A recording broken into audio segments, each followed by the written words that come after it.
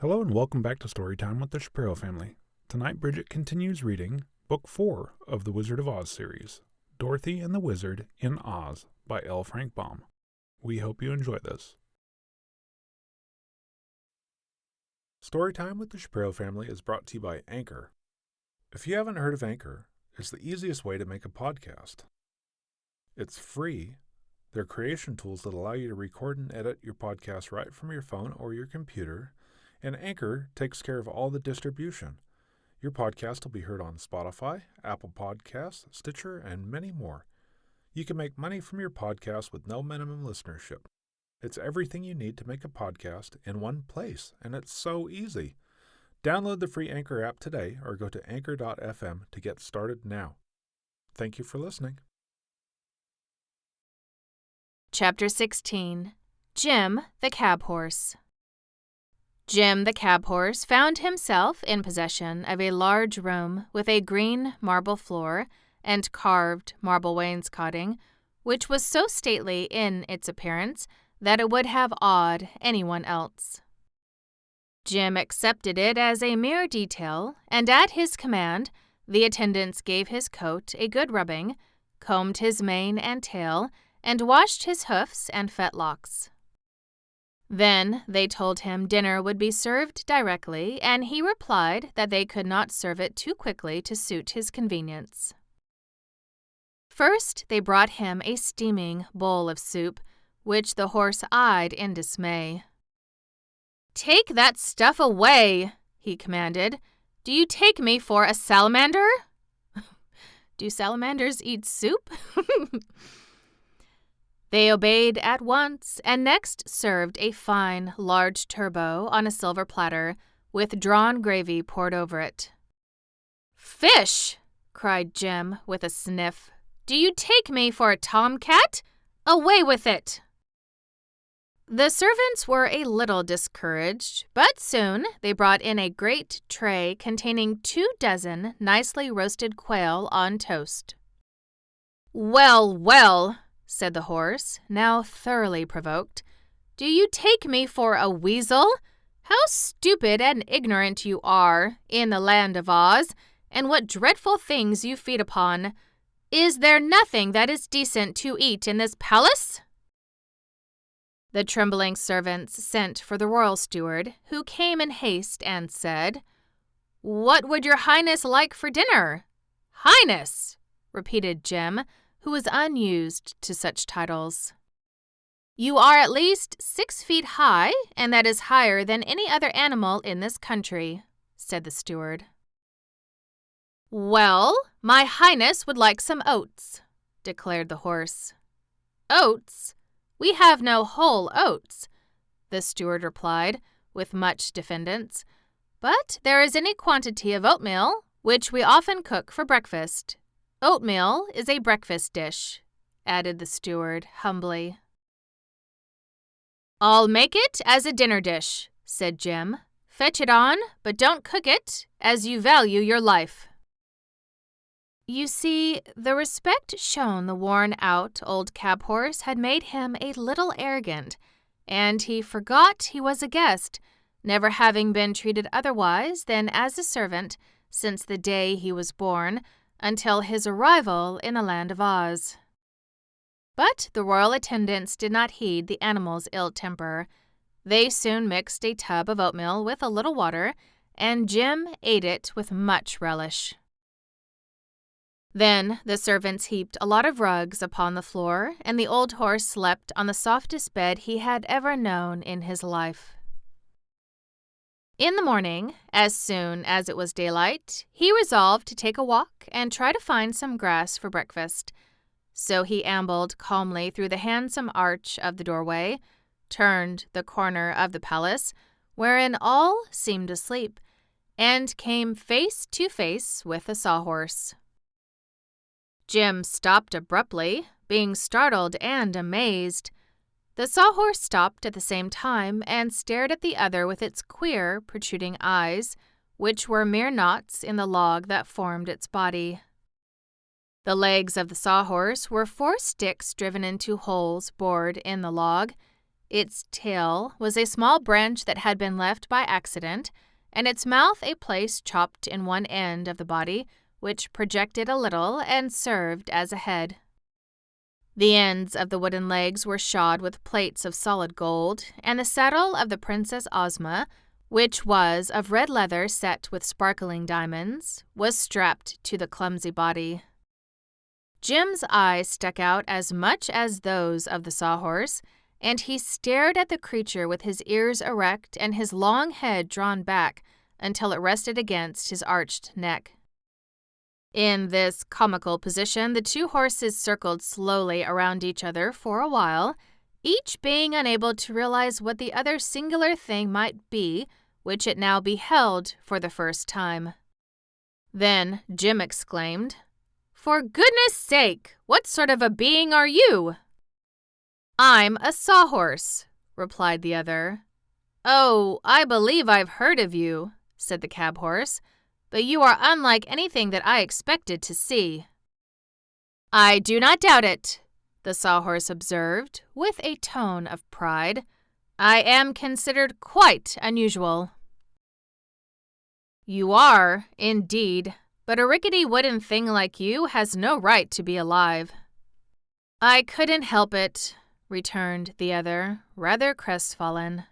"Ozma sprinkled me with a magic powder, and I just had to live. I know I'm not much account, but I'm the only horse in all the land of Oz, so they treat me with great respect." "You, a horse?" "Oh, not a real one, of course. There are no real horses here at all, but I'm a splendid imitation of one." "If there's no horses in Oz, then why would they build a sawhorse and call him a horse and tell him what horses do? How would they know?" Definitely a plot hole. Jim gave an indignant neigh. "Look at me!" he cried. "Behold a real horse!" The wooden animal gave a start and then examined the other intently. "Is it possible that you are a real horse?" he murmured. "Not only possible, but true," replied Jim, who was gratified by the impression he had created. "It is proved by my fine points. For example, look at the long hairs on my tail, with which I can whisk away flies." "The flies never trouble me," said the sawhorse. "And notice my great strong teeth, with which I nibble the grass." "It is not necessary for me to eat," observed the sawhorse. "Also, examine my broad chest, which enables me to draw deep, full breaths," said Jim proudly. "I have no need to breathe," returned the other. "No, you miss many pleasures," remarked the cab horse pityingly. "You do not know the relief of brushing away a fly that has bitten you, nor the delight of eating delicious food, nor the satisfaction of drawing a long breath of fresh, pure air. You may be an imitation of a horse, but you're a mighty poor one." "Oh, I cannot hope ever to be like you," sighed the sawhorse. "But I am glad to meet at last a real horse. You are certainly the most beautiful creature I ever beheld." This praise won Jim completely. To be called beautiful was a novelty in his experience. Said he, "Your chief fault, my friend, is in being made of wood, and that I suppose you cannot help.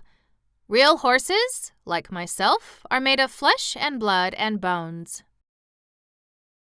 "I can see the bones all right," replied the sawhorse, "and they are admirable and distinct. Also, I can see the flesh, but the blood, I suppose, is tucked away inside." "Exactly," said Jim. "What good is it?" asked the sawhorse. Jim did not know, but he could not tell the sawhorse that. "If anything cuts me," he replied, "the blood runs out to show where I am cut. You, poor thing, cannot even bleed when you are hurt." "But I am never hurt," said the sawhorse. "Once in a while I get broken up some, but I am easily repaired and put in good order again, and I never feel a break or a splinter in the least." Jim was almost tempted to envy the wooden horse for being unable to feel pain, but the creature was so absurdly unnatural that he decided he would not change places with it under any circumstances. "How did you happen to be shod with gold?" he asked. "Princess Ozma did that," was the reply, "and it saves my legs from wearing out. We've had a good many adventures together, Ozma and I, and she likes me." The cab horse was about to reply when suddenly he gave a start and a neigh of terror and stood trembling like a leaf. For around the corner had come two enormous savage beasts, treading so lightly that they were upon him before he was aware of their presence. Jim was in the act of plunging down the path to escape when the sawhorse cried out, "Stop, my brother! Stop, real horse! These are friends and will do you no harm." Jim hesitated, eyeing the beasts fearfully. One was an enormous lion with clear, intelligent eyes, a tawny mane bushy and well-kept, and a body like yellow plush. The other was a great tiger with purple stripes around his lithe body, powerful limbs, and eyes that showed through the half-closed lids like coals of fire. The huge forms of these monarchs of the forest and jungle were enough to strike terror to the stoutest heart, and it is no wonder Jim was afraid to face them. But the sawhorse introduced the stranger in a calm tone, saying, "This, noble horse, is my friend, the Cowardly Lion, who is the valiant king of the forest, but at the same time a faithful vassal of Princess Ozma. And this is the Hungry Tiger, the terror of the jungle, who longs to devour fat babies, but is prevented by his conscience from doing so." These royal beasts are both warm friends of little Dorothy and have come to the Emerald City this morning to welcome her to our fairyland. Hearing these words, Jim resolved to conquer his alarm. He bowed his head with as much dignity as he could muster toward the savage-looking beasts, who, in return, nodded in a friendly way. "Is not the real horse a beautiful animal?" asked the sawhorse admiringly. "That is doubtless a matter of taste," returned the lion. "In the forest he would be thought ungainly, because his face is stretched out and his neck is uselessly long. His joints, I notice, are swollen and overgrown, and he lacks flesh and is old in years." "And dreadfully tough," added the Hungry Tiger in a sad voice. "My conscience would never permit me to eat so tough a morsel as the real horse." "I'm glad of that," said Jim, "for I, also, have a conscience, and it tells me not to crush in your skull with a blow of my powerful hoof." If he thought to frighten the striped beast by such language, he was mistaken. The tiger seemed to smile and winked one eye slowly. "You have a good conscience, friend horse," it said, "and if you attend to its teachings, it will do much to protect you from harm. Some day I will let you try to crush in my skull, and afterward you will know more about tigers than you do now." "Any friend of Dorothy," remarked the Cowardly Lion, "must be our friend as well. So let us cease this talk of skull-crushing and converse upon more pleasant subjects. Have you breakfasted, Sir Horse?" "Not yet," replied Jim, "but there is plenty of excellent clover, so if you will excuse me, I will eat now." "He's a vegetarian," remarked the tiger, as the horse began to munch the clover. "If I could eat grass, I would not need a conscience, for nothing could then tempt me to devour babies and lambs." Just then, Dorothy, who had risen early and heard the voices of the animals, ran out to greet her old friends.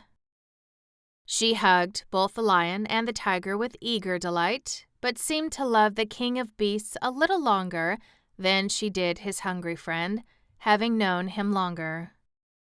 By the time they had indulged in a good talk, and Dorothy had told them all about the awful earthquake and her recent adventures, the breakfast bell rang from the palace, and the little girl went inside to join her human comrades. As she entered the great hall, a voice called out, in a rather harsh tone, "What? Are you here again?" "Yes, I am," she answered, looking all around to see where the voice came from. "What brought you back?" was the next question, and Dorothy's eyes rested on an antlered head hanging on the wall just over the fireplace and caught its lips in the act of moving. "Good gracious!" she exclaimed. "I thought you were stuffed." "So I am," replied the head, "but once upon a time I was part of the gump, which Ozma sprinkled with the powder of life.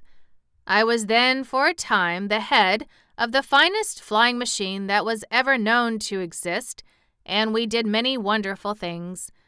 Afterward, the gump was taken apart, and I was put back on this wall, but I can still talk when I feel in the mood, which is not often." "It's very strange," said the girl. "What were you when you were first alive?" "That I have forgotten," replied the gump's head, "and I do not think it is of much importance. But here comes Ozma, so I'd better hush up, for the princess doesn't like me to chatter since she changed her name from Tip to Ozma." Just then, the girlish ruler of Oz opened the door and greeted Dorothy with a good morning kiss. The little princess seemed fresh and rosy and in good spirits. "Breakfast is served, dear," she said, "and I am hungry, so don't let us keep it waiting a single minute." Thank you so much for listening. Be sure to join us next episode for Chapter 17, The 9 Tiny Piglets. If you enjoy this podcast, please rate, review, tell your friends, subscribe, and, as always, good night.